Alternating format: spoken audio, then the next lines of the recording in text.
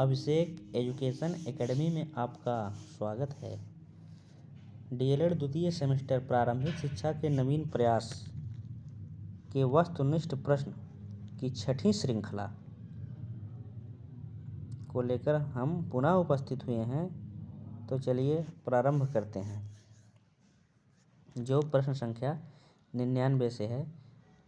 तो निम्नलिखित में से कौन सी योजना का शुभारंभ 15 अगस्त 1995 से किया गया था?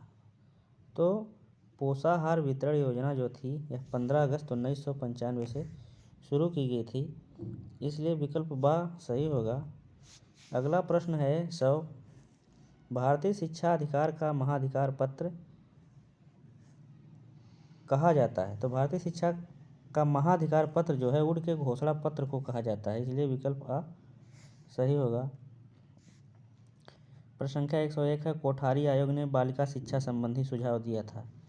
तो बालिका शिक्षा संबंधी जो सुझाव दिया था उन्होंने लोकमत निर्माण का दिया था, अंशकालिक रोजगार की व्यवस्था बताई थी, मुफ्त पाठ्यक्रम सामग्री की व्यवस्था बताई थी।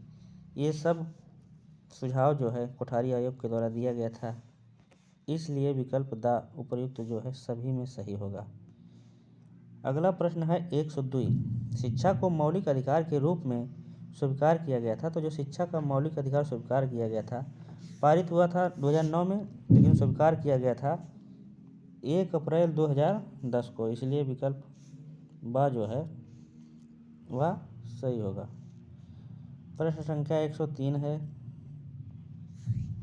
शिक्षा को किसी निश्चित स्तर तक सभी लोगों को अनिवार्य एवं निःशुल्क रूप से उपलब्ध कराना है। तो जो है सभी लोगों को जो है उपलब्ध कराना जो है क्या कहलाएगा? तो यह सार्वभौमिकीकरण, अर्थात सभी लोगों तक पहुंच ही सार्वभौमिकीकरण होती है, इसलिए विकल्प सा जो है सही माना जाएगा, सही होगा। उसके बाद है अगला प्रश्न 104। बेसिक शिक्षा अधिनियम 1972 का उद्देश्य क्या है?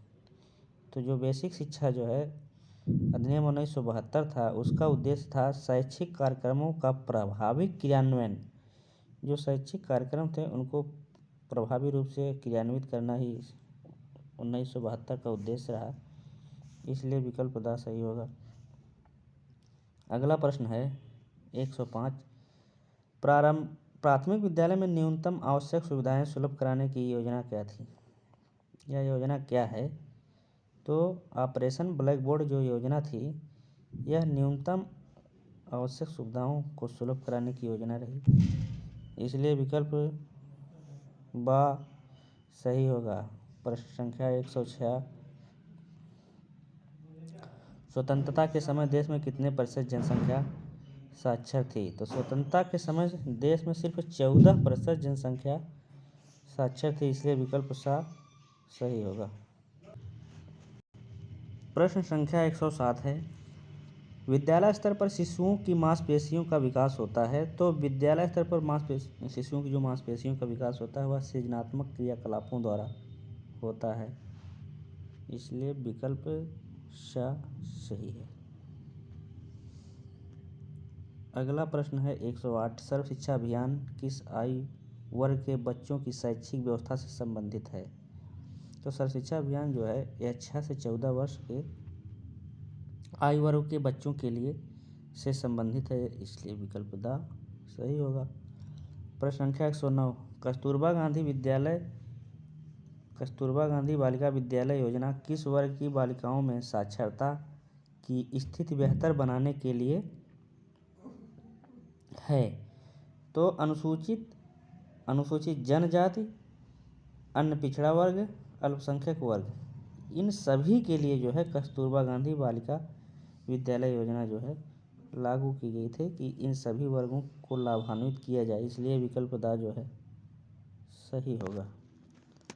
अगला प्रश्न है 110। सर्व शिक्षा अभियान के अंतर्गत संचालित होने वाले कार्यक्रमों के लिए वित्तीय सहायता प्राप्त है।